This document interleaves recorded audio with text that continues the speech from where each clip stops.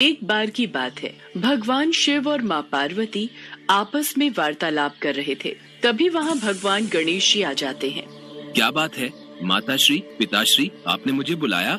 पुत्र गणेश, तुम्हारी माता तुम दोनों भाइयों के विवाह की चिंता कर रही है। वो चाहती है कि तुम दोनों भाइयों का विवाह शीघ्र हो जाए। हे माताश्री, हे पिताश्री, आप मेरी ओर से बिल्कुल भी चिंता मत कीजिए। जिस कारण से मेरे माता पिता चिंता में पड़े हैं, मैं वो कारण ही समाप्त कर देता हूँ। मैंने ये निर्णय कर लिया है कि मैं विवाह नहीं करूँगा। इतना कहकर भगवान गणेश वहाँ से चले जाते हैं। देवी पार्वती, तुम्हें दुखी होने की कोई आवश्यकता नहीं है। सब कुछ समय पर छोड़ दो। समय अपने आप सब कुछ व्यवस्थित कर देगा। और देखना, तुम्हारा पुत्र गणेश एक दिन विवाह के लिए अवश्य मान जाएगा। उधर भगवान गणेश वन में तपस्या करने के लिए चले जाते हैं। भगवान गणेश ध्यान मग्न थे। तभी वहाँ पर देवी तुलसी आ जाती हैं और भगवान गणेश के विचित्र रूप को देखकर वो बहुत प्रभावित होती हैं। वो साधना में लीन भगवान गणेश के ध्यान को भंग करने लगती हैं, जिससे भगवान गणेश का ध्यान भंग हो जाता है। देवी, तुम कौन हो और यहाँ क्यों आई हो? मेरी ध्यान साधना में विघ्न उत्पन्न करके अच्छा नहीं किया तुमने। हे देव, मैं धर्मध्वज की पुत्री तुलसी हूँ। मेरी माता का नाम माधवी है। मैं अपने वर की खोज में यात्रा पर निकली थी। आपको देखकर लगा जैसे मेरी यात्रा का उद्देश्य पूर्ण हो गया है। आपके विचित्र रूप ने मुझे बहुत प्रभावित किया है। मैं आपसे विवाह करना चाहती हूँ। नहीं देवी, मैं आपसे विवाह नहीं कर सकता। मैंने विवाह ना करने का प्रण लिया है। कृपया करके आप यहाँ से चली जाइए। भगवान गणेश जी ने देवी तुलसी जी से विवाह करने के लिए मना कर दिया। इस बात से तुलसी जी क्रोधित हो गई। क्रोधित हो उन्होंने गणेश जी को श्राप दे दिया। तुम आज शादी करने से मना कर रहे हो और एक समय आएगा जब तुम्हारी 2 शादी होगी और 2 पत्नियों के साथ तुम अपना जीवन व्यतीत करोगे।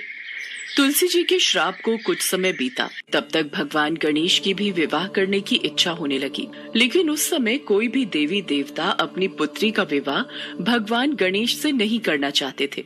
देवताओं का कहना था कि सभी देवी देवता इतने अधिक रूपवान हैं और गणपति देवताओं से अलग दिखते हैं, इसलिए उनसे कोई विवाह नहीं करना चाहता था।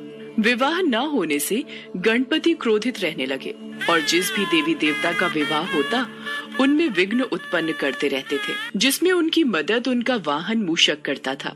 मूषक गणेश जी के आदेश पर देवताओं के विवाह के मंडप को नष्ट कर देता था और ऐसे में उनकी शादियों में अड़चनें पैदा हो जाती थी। सभी देवी देवता घबरा गए और परेशान होकर भगवान शिव और माता पार्वती के पास पहुँचे। प्रभु, भगवान गणेश को न जाने क्या हो गया है। जिस किसी का भी विवाह होने वाला होता है उसमें विघ्न उत्पन्न करने के लिए मूषक को भेज देते हैं और वो सारे मंडप और विवाह के व्यवस्थित स्थल को तहस नहस कर देता है। सभी देवी देवता अपने विवाह को लेकर बहुत चिंतित हैं।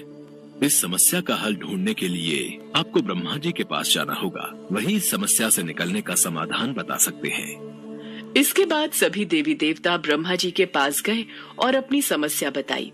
हे ब्रह्मदेव, कुछ कीजिए। अब आप ही समस्या का कोई समाधान बता सकते हैं। आप सभी को घबराने की कोई आवश्यकता नहीं है। हर समस्या का समाधान अवश्य होता है।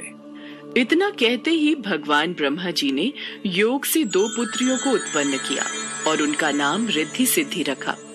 मैंने तुम दोनों को जिस उद्देश्य से उत्पन्न किया है वो तुम दोनों को सदैव स्मरण रखना है। रिद्धि सिद्धि, तुम दोनों पुत्रियों को ध्यान रखना है कि जब भी भगवान गणेश किसी देवी या देवता के विवाह में विघ्न डालने लगे उस समय उनका ध्यान किसी और विषय पर केंद्रित कर देना, ताकि गणेश जी की वजह से विवाह में विघ्न न आए। जी ब्रह्मदेव, हम आपकी इस बात को सदैव स्मरण रखेंगे।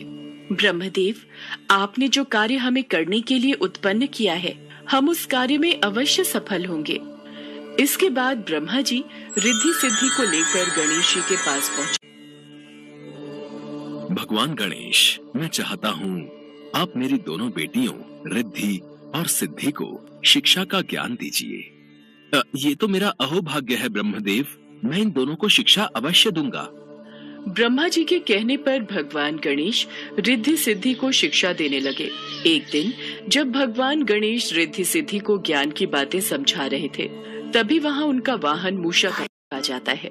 प्रणाम प्रभु, मैंने पता लगाया है स्वर्ग लोक में फिर किसी देवता का विवाह होने वाला है। मुझे आज्ञा दीजिए कि मुझे क्या करना है। प्रभु, मुझे ये प्रश्न समझ नहीं आ रहा। कृपया करके मुझे इस प्रश्न को भली भांति समझा दीजिए। रिद्धि, पहले मुझे गणेश जी से प्रश्न पूछने दो। पहले मैंने उनसे प्रश्न किया है। अरे, तुम दोनों आपस में यूं झगड़ा ना करो। मैं तुम दोनों के प्रश्नों का उत्तर दूंगा। प्रभु का ध्यान तो मेरी ओर है ही नहीं, तो ठीक है, मैं भी अपने में मस्त रहता हूँ। कुछ समय तक इसी तरीके से रिद्धि सिद्धि गणेश जी का ध्यान दूसरे विषयों पर लगाती रही। एक बार गणेश जी की नजर अपने वाहन मूषक पर गई। तुम यहाँ बैठकर लड्डू खा रहे हो? तुम्हें तो मैंने देवताओं के विवाह में विघ्न डालने का कार्य सौंपा हुआ था। प्रभु, मैंने आपको कई बार स्मरण कराने की कोशिश की, पर रिद्धि सिद्धि आपका ध्यान अपनी ओर केंद्रित कर देती थी, और आपके आदेश के बिना मैं कोई कार्य नहीं कर सकता प्रभु। इसी कारण सभी देवी देवता किसी भी विघ्न के बिना अपने विवाह को संपन्न कर रहे हैं। भगवान गणेश को ध्यान आया कि रिद्धि सिद्धि की बातों में लगकर सभी देवी देवताओं का विवाह हो गया और वो अविवाहित रह गए, तो उन्हें बहुत क्रोध आया। इसका पता लगने पर भगवान ब्रह्मा जी रिद्धि सिद्धि के साथ गणेश जी के समक्ष प्रकट हुए। हे गणेश, आप अपने क्रोध को शांत कीजिए। मैं आपके समक्ष अपनी दोनों पुत्रियों रिद्धि सिद्धि के विवाह का प्रस्ताव लेकर आया हूँ। कृपया करके इसे स्वीकार कीजिए। भगवान गणेश ने ये प्रस्ताव स्वीकार किया। इसी के साथ देवी तुलसी का श्राप सच साबित हुआ। भगवान गणेश के 2 विवाह हुए और उनकी 2 पत्नियां रिद्धि और सिद्धि हुईं, जिनसे उनके भविष्य में 2 पुत्र शुभ और लाभ भी हुए। साथ ही एक पुत्री यानी देवी संतोषी भी हुई।